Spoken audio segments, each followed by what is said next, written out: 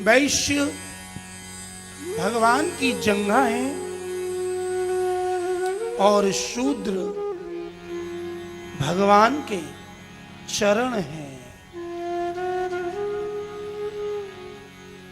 ब्राह्मण, क्षत्रिय, वैश्य और शूद्र ये चारों ही भगवान के अंग हैं।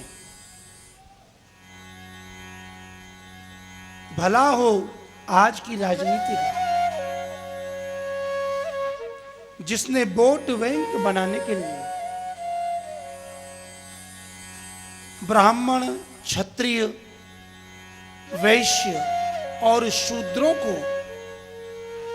आपस में लड़ा दिया।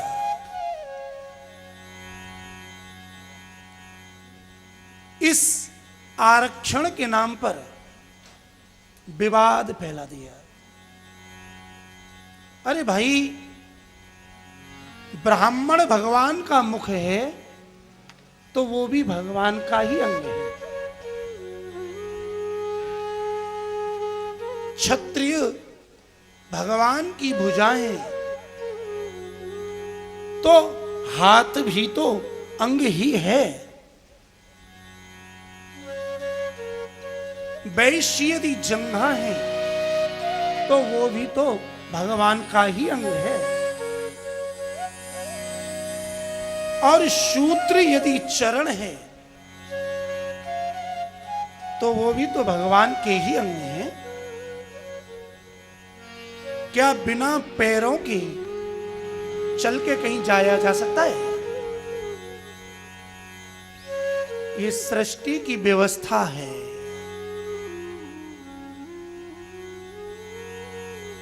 ब्राह्मण शिक्षक है, क्षत्रिय रक्षक है,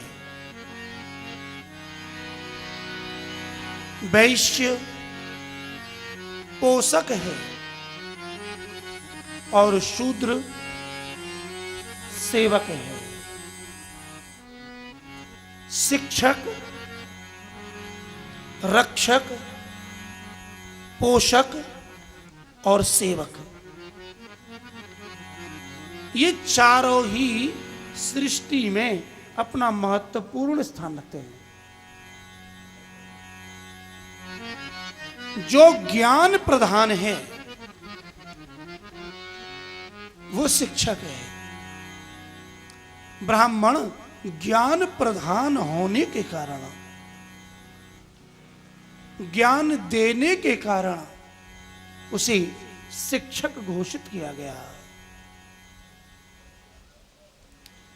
क्षत्रिय शक्ति प्रधान है, इसलिए क्षत्रिय रक्षक है। वैश्य धन प्रधान है, इसलिए वह पोषक है।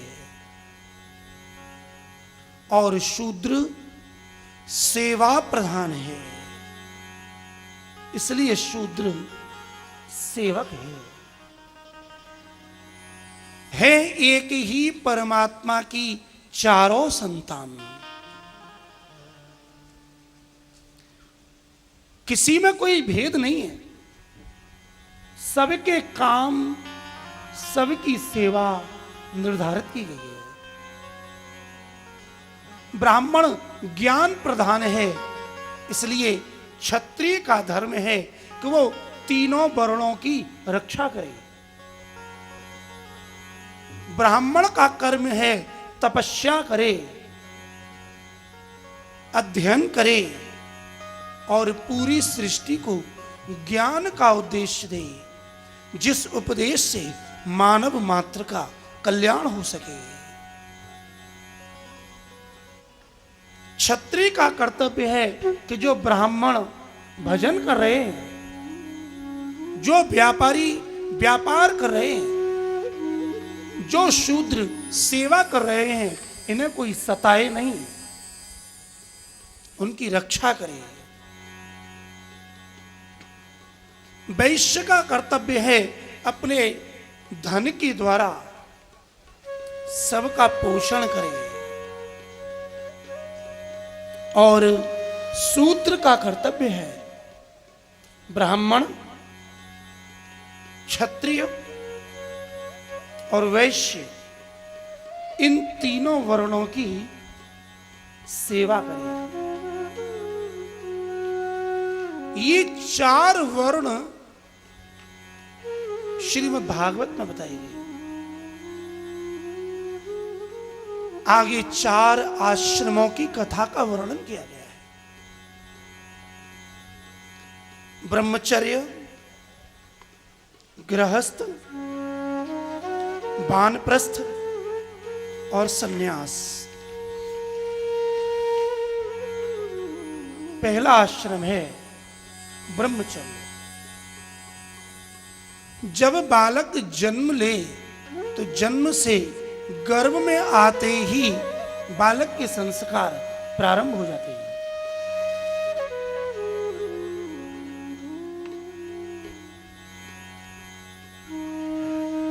संस्कार देने के बाद उनका यज्ञोपवीत संस्कार करना चाहिए।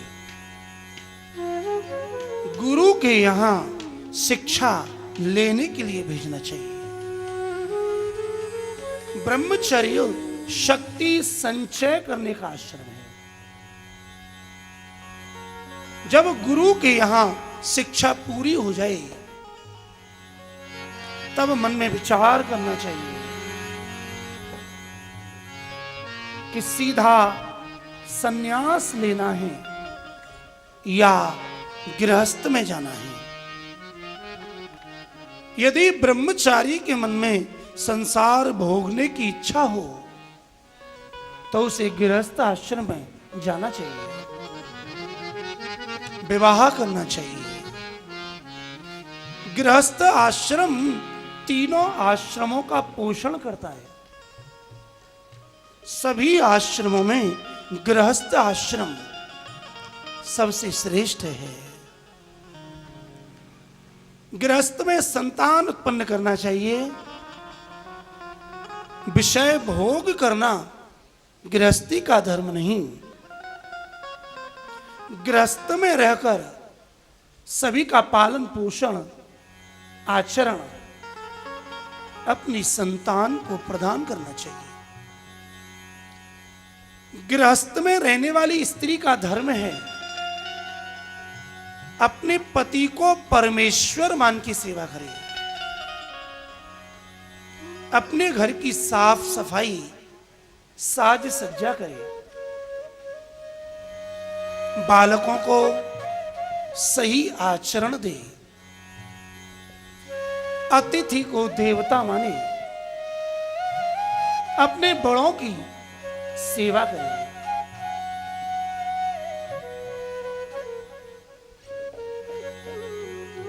जब कोई संत महात्मा साधु पधारे तो गृहस्थी का धर्म है अपन तो सेवा करे ही, अपनी पत्नी और अपने बच्चों से भी अतिथि साधु और संतों की सेवा करें। गृहस्थ प्रवृत्ति के बाद निवृत्ति भी होनी चाहिए। ज्यादा से ज्यादा 50 वर्ष की उम्र तक गृहस्थ रहना चाहिए। उसके बाद गृहस्थी को घर छोड़ वानप्रस्थ में जाना चाहिए। वानप्रस्थ माने घर की आसक्ति छोड़ बाहर जाने का, रहने का विधान।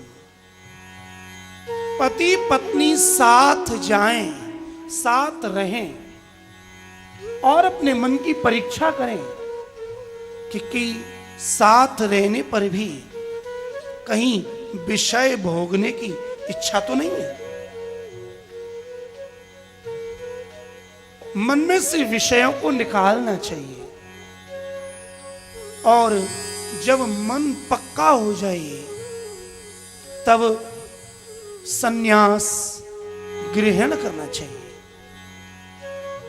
सन्यासी का धर्म है चींटी से लेकर और ब्रह्मा तक सब में अपने नारायण का दर्शन करे। सन्यासी पूर्ण त्यागी होता है। सज्जनों, भागने का नाम सन्यास नहीं, जागने का नाम सन्यास है। बहुत से व्यक्ति तो इसलिए सन्यास ले लेते हैं कि घर में पत्नी मर गई, अब रोटी कौन खिलाएगा? कमाने की शक्ति नहीं, रोटी कौन खिलाएगा? नारी मुई गृह संपत्ति नासी, मूड मुड़ाए भय सन्यासी। जो भागा हुआ है वो सन्यासी नहीं है, जो जागा है वो सन्यासी है। इसीलिए सन्यासी के जो वस्त्र होते हैं वो रंगे हुए होते हैं। रंगे हुए मतलब पके हुए। जब पेड़ पर कोई फल, आम पक जाता है ना, तो पकने के बाद वह पेड़ पर नहीं रहता, उसे तोड़ना नहीं पड़ता, अपने आप पेड़ को छोड़ देता है। जब हमारा मन पक्का हो जाता है तब हमें कुछ छोड़ना नहीं पड़ता, बल्कि अपने आप ही छूट जाता है। गृहस्थ, वानप्रस्थ, सन्यास और पहला ब्रह्मचर्य, इन चारों आश्रमों का वर्णन किया। महाराज प्रहलाद और दत्तात्रेय के मिलन का वर्णन किया। युधिष्ठिर से नारद कहते हैं, नारद, अरे युधिष्ठिर, ये सब भगवान की ही कृपा है। जहां भगवान आ जाते हैं वहां सभी साधु, संत, महात्मा अपने आप दौड़े चले आते हैं। आज तेरे राजसूय यज्ञ में जो ऋषि मुनि पधारे हैं, ये तेरे लिए नहीं, भगवान के लिए पधारे हैं। युधिष्ठिर ने पूछा, यहां भी भगवान है क्या? नारद जी मुस्कुराए, बोले, धर्मराज, बड़े भोले हो। जिन्हें तुम अपना भाई मानते हो, जिसे तुम अपना सखा मानते हो, जिसे तुम अपना परम हितैषी मानते हो, छिपे हुए रूप में यही तो नारायण है। यूयं त्रिलोके बति भूरि भागा, लोकं पुनानां मुनयो वियन्ति, येषां गृहाणां वसतीति साक्षात्, गूढ़ं परं ब्रह्म मनुष्य लिंगम। अरे आपके घर में, आपके यज्ञ में जो ब्राह्मणों की जूठी पातल उठा रहे हैं, ये कोई साधारण मनुष्य नहीं, ये कृष्ण ही परब्रह्म परमात्मा भगवान है। सभी को उपदेश दिया, सभी ने श्री कृष्ण के चरणों की शरण ग्रहण की, और इसी के साथ सप्तम स्कंद विराम लेता है। आइए आगे कथा को आगे बढ़ावें। इससे पूर्व कछपल हरि नाम संकीर्तन। गोविंद जय जय गोपाल जय जय, गोविंद जय जय गोपाल जय जय, गोविंद जय जय गोपाल जय, गोविंद जय जय हरि गोपाल जय जय, श्री राधा रमण हरि गोविंद जय जय, श्री राधा रमण हरि गोविंद जय जय, श्री राधा रमण हरि गोविंद जय जय, श्री राधा रमण हरि गोविंद जय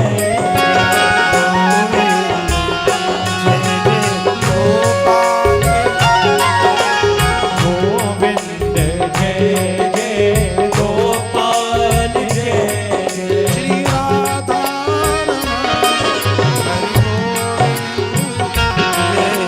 श्री राधा रमण हरि गोविंद जय जय, अपने दोनों हाथ उठाकर श्री वृंदावन में हरि लाल की जय हो।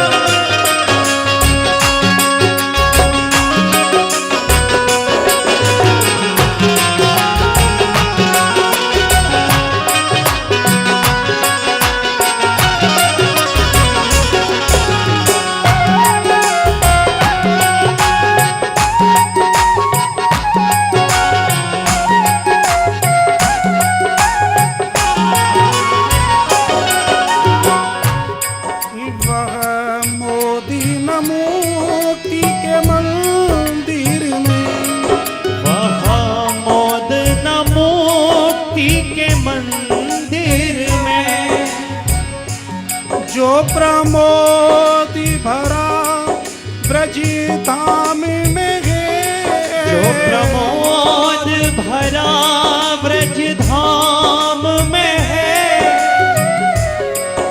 इतनी सुख राशि अनंती कहाँ, जितनी छवि सुंदर श्याम में, ओ जितनी छवि सुंदर श्याम में है,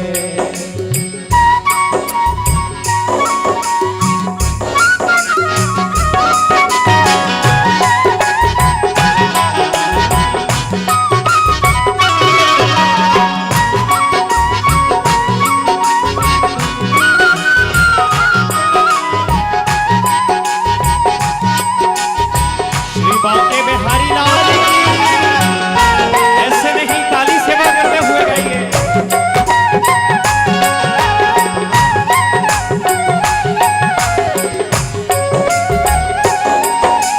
गोविंद जय जय गोपाल जय जय, गोविंद जय जय गोपाल जय जय, श्री राधा रमण हरि गोविंद जय ओ जय, श्री राधा रमण हरि गोविंद जय जय, श्री राधा रमण हरि गोविंद जय जय, श्री राधा रमण हरि गोविंद जय जय, गोविंद जय जय गोपाल श्री राधा गोविंद जय जय हरि गोपाल जय जय, गाइए। रमण गोविंद जय, श्री राधा रमण हरि गोविंद जय जय, श्री राधा रमण गोविंद जय, श्री राधा रमण हरि गोविंद जय जय, श्री राधा रमण हरि गोविंद जय, श्री राधा रमण हरि गोविंद जय जय, श्री राधा रमण श्री राधा रमण हरि गोविंद, श्री राधा रमण हरि गोविंद जय जय, श्री राधा रमण हरि गोविंद, श्री राधा रमण हरि गोविंद जय,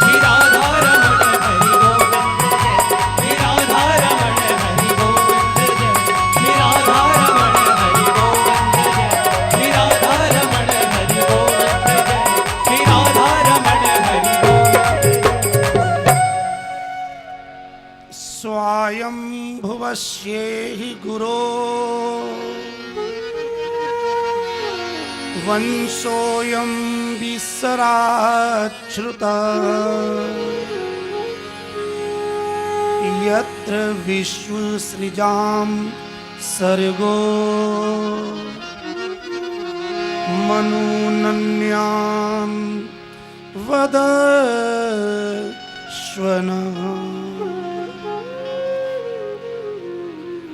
श्रीमद् भागवत के 8वें स्कंद की कथा का प्रारंभ करते हैं। 8वें स्कंद में मनवंतर की कथा है। 14 मनु होते हैं और प्रत्येक मनवंतर में भगवान का जन्म होता है। सर्वप्रथम